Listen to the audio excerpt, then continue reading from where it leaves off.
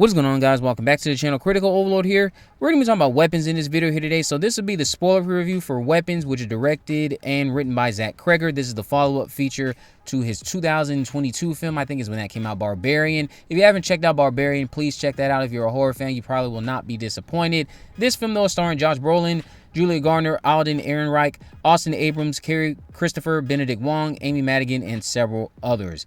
So this film is revolving around a group of kids who go missing all from the same class, mysteriously vanishing on the same night at exactly the same time. A community is then left questioning who or what is behind their disappearance. I am happy to say that Weapons is another banger of a film from Cregger.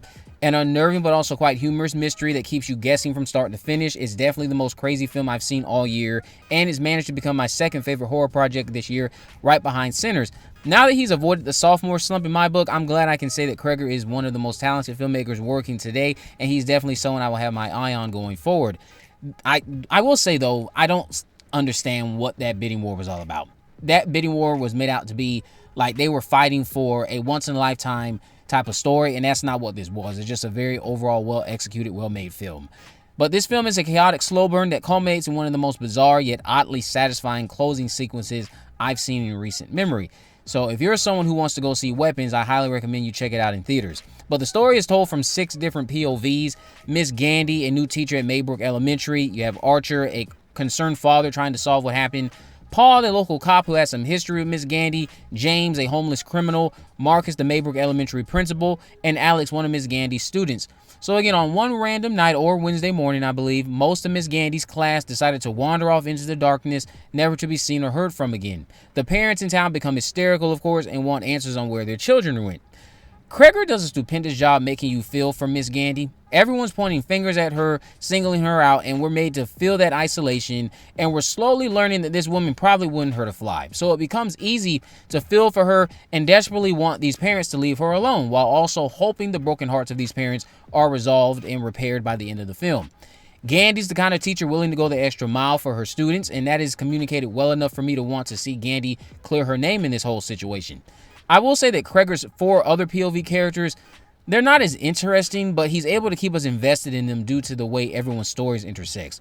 Archer, the parent trying to solve the case, he's interesting enough, but for the most part, everyone outside of 2 other characters, well, outside of 2 characters, I'll say, Gandy and one other, they're pretty one-dimensional.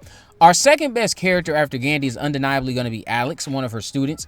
A simple feat because a child's innocence tends to be an easy in with audiences, but we're exposed to some rather disturbing realities about Alex, making us want to shield him from the danger that lurks throughout this twisted tale. Cregger delivers some of the best jump scares I've seen in quite a while. Each one feels earned, they're not constantly being overdone, and it's just completely unexpected when they occur. Let me know if I'm the only one who thinks that when it comes to those jump scares, because when the jump scares happen, they caught me off guard, and it's been quite a while since I've been caught off guard by a jump scare, considering how formulaic they can be at times. Most of the terror here, though, is found by exploiting the anxiety around not knowing what's going on, tapping into the fear of the unknown. We don't know what's happened to these kids, and Cregger flashes these clues in front of us constantly and these potential leads while keeping us on edge at every turn. Cregger teases us with a lot of intriguing setups that build to some highly satisfying payoffs as well when it comes to this screenplay. The way he's unpacking this mystery is just truly masterful. Lots of questions are raised. We're made to feel like detectives solving the case with every sequence, and most of the questions are answered in a satisfying way by the time the end credits start. Weapons' biggest detriment in terms of the writing, the screenplay, is the humor. It works against the overall tone at times, and it's not like every piece of humor didn't flow well with the story, but it has one joke too many is all I'll say. Every exchange between the characters feels authentic, no signs of dialogue that takes you out of the overall experience, which is nice to see these days in Hollywood. In terms of our main antagonist, because we do have one, Cregger relies on us wanting to know more in order to preserve that mystique. So the mystique of this individual is built up quite well. We have questions around them, and Cregger just doesn't give us all the answers. He doesn't feed us too much. It's just enough to make sense in the overall narrative while keeping us eager to learn more about this individual. Now, the performances. Julia Garner is having one hell of a year. I believe she did Wolfman earlier this year. She was just in Fantastic Four, which I still need to check out. And now she's doing this. She's firing on all cylinders this year, and she's delivering yet another terrific performance, showcasing why she's one of the best talents working in Hollywood today. She's very convincing as this well-mannered teacher who just wants her students to come home safely. You feel for her during those isolated sequences, seeing how vulnerable she is, how sad this situation is, and hearing these people heckle her while Garner is putting on this absolutely stupendous performance makes it easy for us to want Gandhi to clear her name in all of this, because again, the way she's playing the character, you just feel bad for her and you like her because she's a very likable character. This is the kind of teacher I wish I had growing up. Now, Carrie Christopher, who stars as Alex, does a wonderful job portraying an innocent but troubled child. Benedict Wong definitely had a fun time playing this. If you're someone who's watched the trailers and the TV spots, you know exactly why I'm saying that. Shout out to the makeup department. The effects in this film are incredible and managed to make me wince on several occasions. I thought the film was paced well enough, but the final sequence involving a long chase went on for far too long. It starts to become comedic due to how long it was going on, and then once the brutality returns, it's more horrific, more menacing. I'm wincing in my chair once again. It's kind of, okay, you went off the rails, but then you reeled me back. The end sequence definitely is going to be divisive. When it comes to building the atmosphere and tension, Cregger lingers on these shots of a dark doorway, empty streets, and other things, but I just wanted to highlight those as some examples.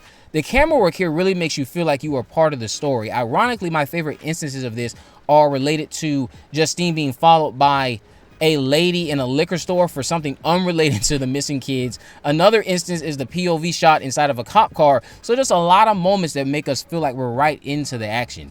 The soundtrack of this film, I would say, doesn't always complement what is on your screen. Some of the music choices don't really mesh with what's transpiring. One, I don't know what the song was at the start of the film, but there's an opening sequence of them, or opening montage, I should say, of the kids running out of their homes into the night. The song itself grew on me as the sequence went on, but initially I thought it was just very off-putting. I'm definitely going to check this movie out again this weekend with a bigger audience. I saw it today around 2:17, and I think they did that on purpose to be in alignment with the time the children went missing. I don't know why that just dawned on me, but they definitely did that on purpose.